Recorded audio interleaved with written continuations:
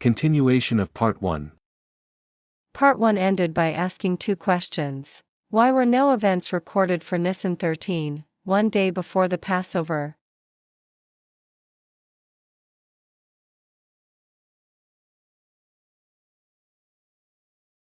Why was it already the first day of unleavened bread when the preparation for the Passover had just begun? Should not Passover be on Nisan 14 and the first day of the festival of unleavened bread on Nisan 15?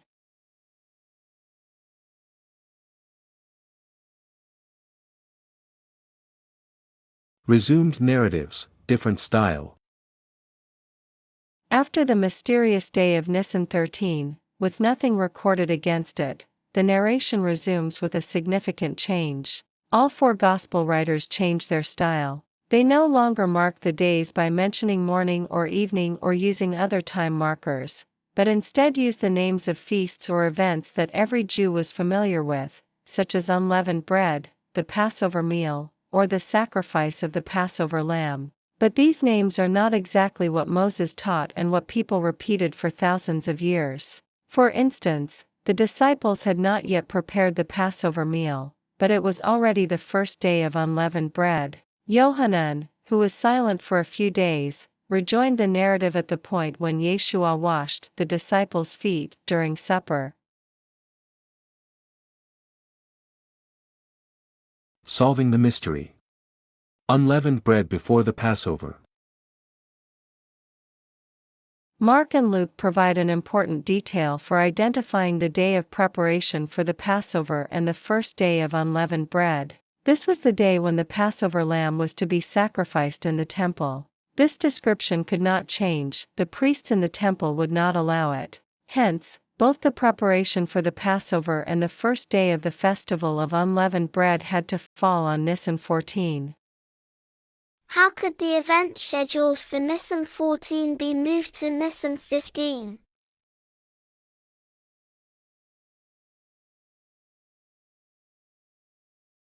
All three verses mentioned above clearly use the expression the first day of unleavened bread.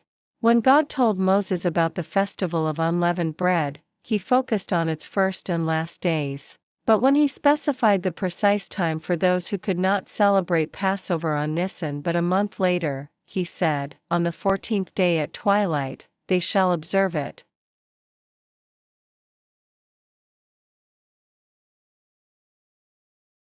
When people celebrated Passover in the Promised Land, they had to wait for the lamb to be roasted and would not start eating before sunset. But when people began to eat the Passover meal, Seder, because they could not come to the central place when a sacrifice was being offered, they began the meal before sunset. Therefore, it became necessary to specify that the first day of unleavened bread had to begin shortly before sunset. When Matthew, Mark, and Luke reported that it was the first day of unleavened bread, they meant the end of Nisan 14, just before sunset, when people began to eat the Passover meal.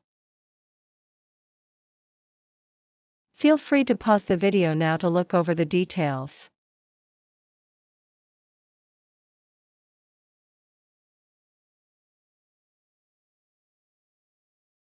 Solving the mystery. Preparation for Passover. The first event in the narrative after Nisan 13 was the preparation for the Passover meal. Yeshua sent Peter and John to the city of David to find a man carrying a pitcher of water who led them to a large upper room. On the way, they bought whatever they needed because shops were still open and stocked with unleavened bread, wine, and other items for the celebration. When it was late afternoon, Yeshua came with the other disciples and reclined at the table with 12 disciples. There was enough time from the morning until late afternoon for the disciples to prepare the Passover meal, and everything took place on the same day when the Passover celebration and the festival of unleavened bread were to begin.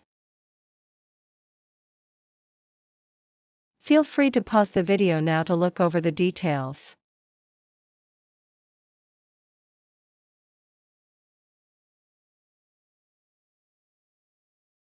The supper began. Mid-afternoon Nisan 14. After washing the disciples' feet, sharing bread and wine, and after Judas left the meeting, Yeshua went with the disciples to a place called Gethsemane. He was arrested, led to the court of Caiaphas and other places, and, when morning came, all the chief priests and the elders of the people took counsel together against Jesus to put him to death. Yohanan confirms the time of day, noting that when Yeshua was taken into the praetorium, it was early, but the chief priests did not enter into the praetorium so that they would not be defiled, but might eat the Passover. It was clearly a new day, the day after Yeshua and the disciples broke bread and drank wine, yet the chief priests were only expecting to eat the Passover.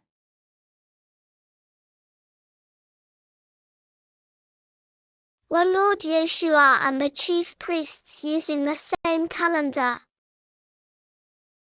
The chief priests have conducted the Passover celebration for millennia, and they ensured they always followed a precise lunisolar calendar in which the spring equinox fell before Nisan 16. They knew which day was Nisan 14, and, consequently, when to begin the Passover celebration. The disciples also knew that the Passover celebration began mid-afternoon on Nisan 14 and ended a few hours after sunset. The following diagram will show the difference between the celebration conducted by the priests in the temple and what the disciples experienced in the upper room.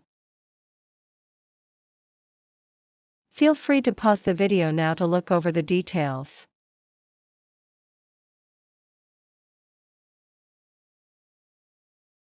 Some things could not be done. Mid-afternoon Nisan 14. But Yeshua could not teach the disciples to eat his body after he died. He could not suffer after he died. He could not have contact with the disciples after he was arrested. He could not fulfill the foreshadowing performed thousands of times by the whole nation unless he died at the 9th hour on Nisan 14. He could not remove the memorial of liberation unless he converted it into the memorial of his death. This is what he did. Feel free to pause the video now to look over the details.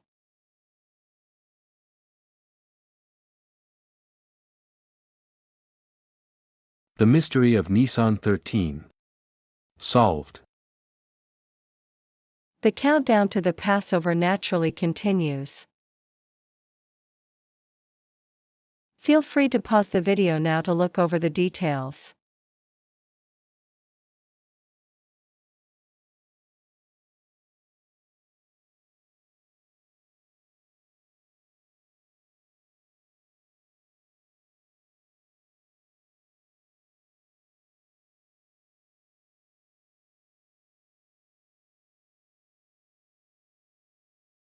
Was it a Passover? Morning, Nisan 13. Now that we know exactly what happened on the mysterious day, Nisan 13, the day before Passover, we can interpret it with confidence. So, what happened on that day? Matthew and Mark report that the disciples approached Yeshua to discuss the Passover. However, asking where to prepare the Passover would have been one day too early. Luke provides a more detailed account of what happened. It was Yeshua who sent Peter and John to prepare the Passover. Most likely, the conversation took place in the morning, and they had enough time to do so. Was it a Passover? Mid-afternoon, Nisan 13. In the upper room, Yeshua got up from supper and began to wash the disciples' feet. This act was mind-boggling to the disciples, though they had grown accustomed to such surprises. They had originally thought they were to prepare the Passover meal, but things took a different turn. During the Passover, the lamb was supposed to be killed, roasted, and eaten. But this time, while they were eating, Jesus took some bread, and after a blessing, he broke it. And giving it to the disciples, he said, "Take, eat, this is my body." To their knowledge, they should have celebrated a memorial of leaving Egypt, where unleavened bread served as a reminder of life in misery. Why would Yeshua tell them that it is his body?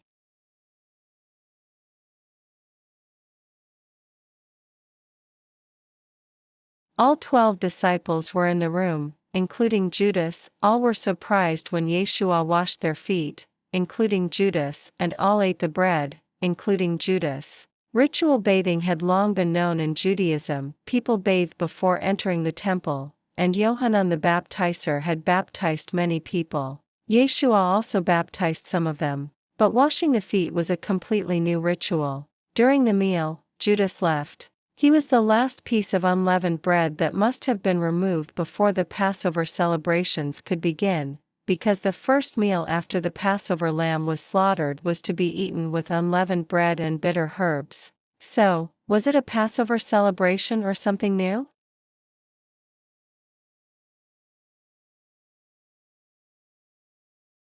Yeshua's next statement brought even more confusion. He had taken a cup and given thanks. He gave it to them, saying, "Drink from it, all of you." Instead of drinking bitter herbs that would remind them of the pain, harsh labor, and cruelty of their years of slavery, Yeshua took the cup of the blood of grapes and made it a symbol of his blood of the covenant, which is poured out for many for forgiveness of sins.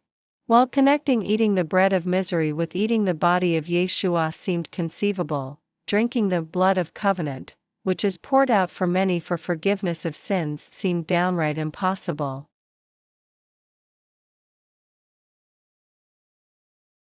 Was it a Passover celebration or something new? The disciples thought it was the Passover celebration, but it was not. Yeshua used familiar elements of the Passover and gradually transformed them into the Lord's Supper. While the disciples were still eating, Yeshua said, "This is my body which is given for you. Do this in remembrance of me." At that time, the disciples knew it was a new memorial to be celebrated.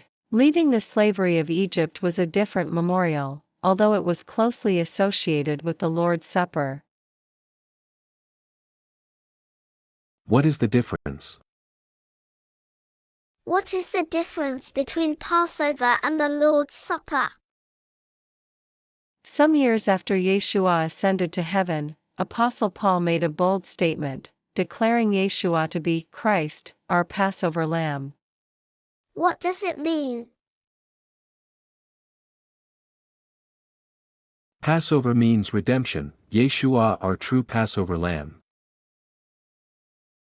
The meaning of sacrifice is often reduced to an animal being killed in exchange for forgiveness. But a fuller meaning of sacrifice is to give up something valuable we have and offer it to gain something more valuable. In Egypt, the Israelites sacrificed the lives of sheep and goats to gain freedom from death by a destroyer. They can also be seen as paying the price to Pharaoh and his soldiers to gain freedom from slavery and a promise to live in the Promised Land. In the story of Hosea and Gomer, we see the extremely high price Hosea paid to redeem Gomer from slavery, which resulted from her own conduct. After the Apostle Paul announced that Yeshua is the true Passover lamb, we understand that he paid the highest possible price to redeem us from slavery to demons, which we deserved by following their temptations.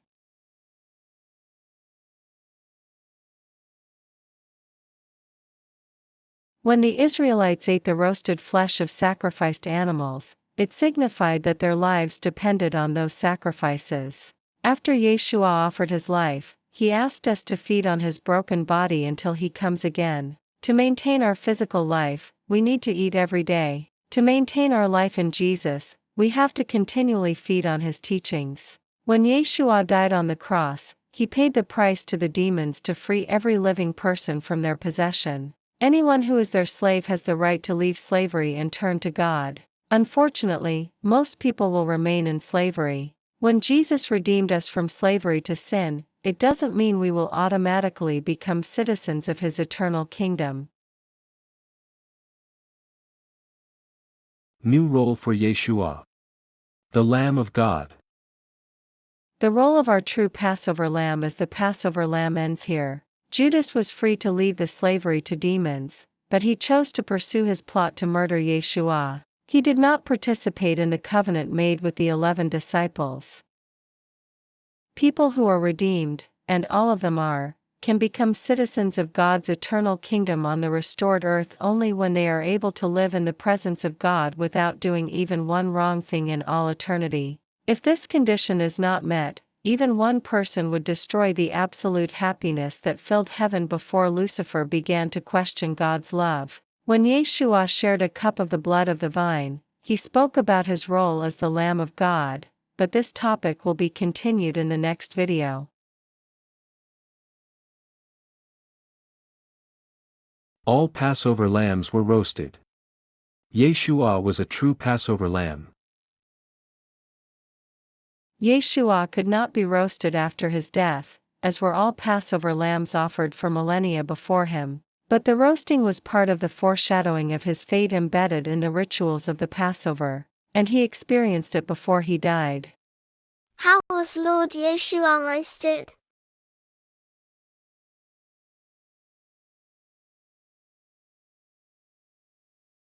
It was not the flames of fire that roasted him, but a fiery anger that they did not hide in the slightest. For a long time, Jewish leaders hated him and tried every trick to put him in a corner. The more they tried without success, the more they hated him, until they planned to kill him. Judas betrayed him on the night the Lord's Supper was instituted.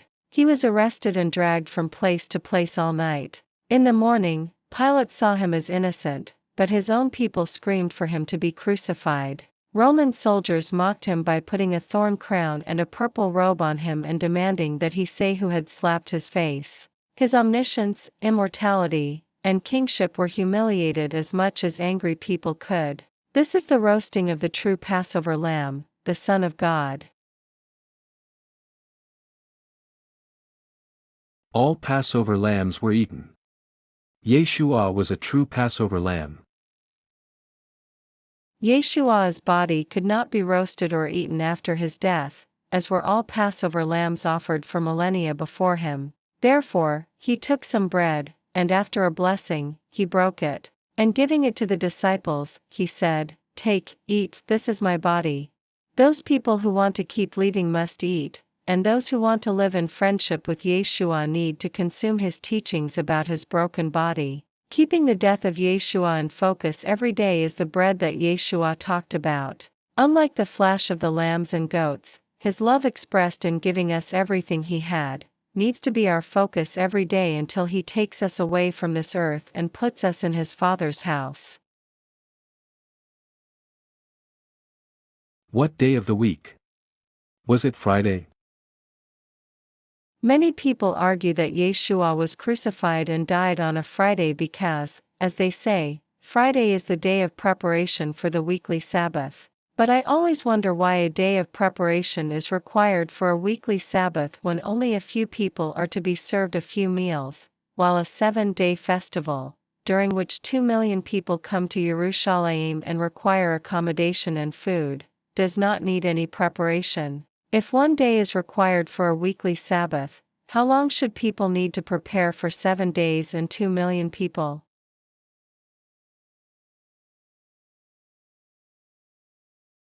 Supporters of the Friday crucifixion assume that the day of preparation is a Friday and treat this notion as if it were the name of the feast designed by God. They also quote Yohanan, who said, because of the Jewish day of preparation, since the tomb was nearby, they laid Jesus there.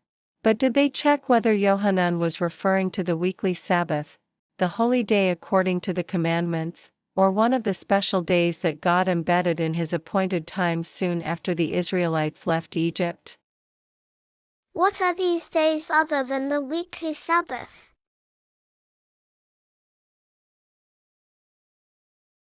God's appointed times. Holy convocations. Before God introduced his appointed times, he reminded people, for 6 days work may be done, but on the 7th day there is a Sabbath of complete rest, a holy convocation. You shall not do any work, it is a Sabbath to Yahweh in all your places of habitation.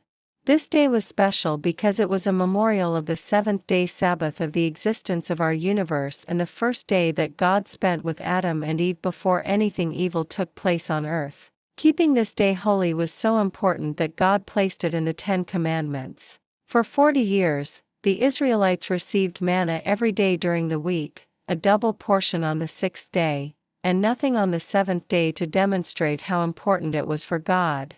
All Israelites learned that work may be done for 6 days, but on the seventh day is complete rest and no work must be done.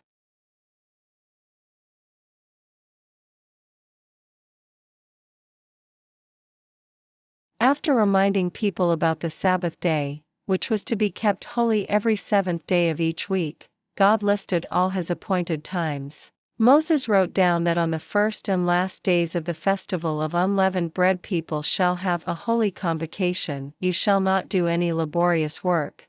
Please note that people were allowed to work but only abstain from laborious work, and these days fell on different days of the week because they were on the 15th and 21st of the first month of a year, and the year began on a different day of the week.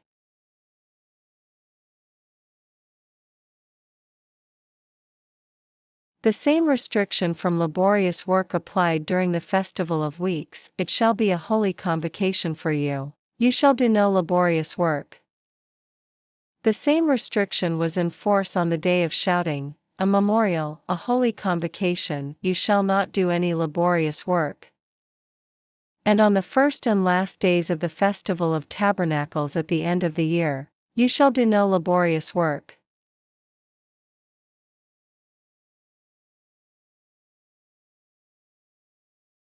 The only day described differently was the Day of Atonement. It was still a holy convocation, but you shall do no work at all. It is to be a Sabbath of complete rest, yet it may fall on different days of the week because it must be kept on exactly the 10th day of this 7th month. This day was so important that the most severe consequences were pronounced for those who will not humble himself on this same day. He shall be cut off from his people.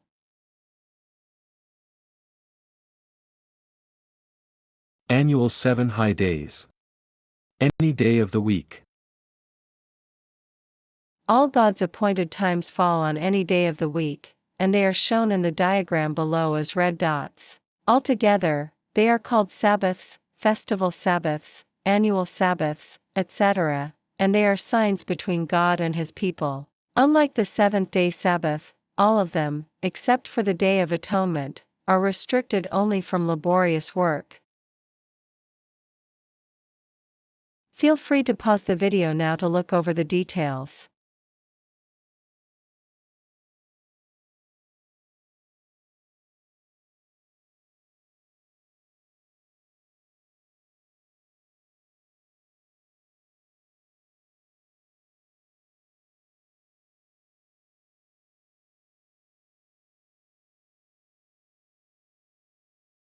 For the next video.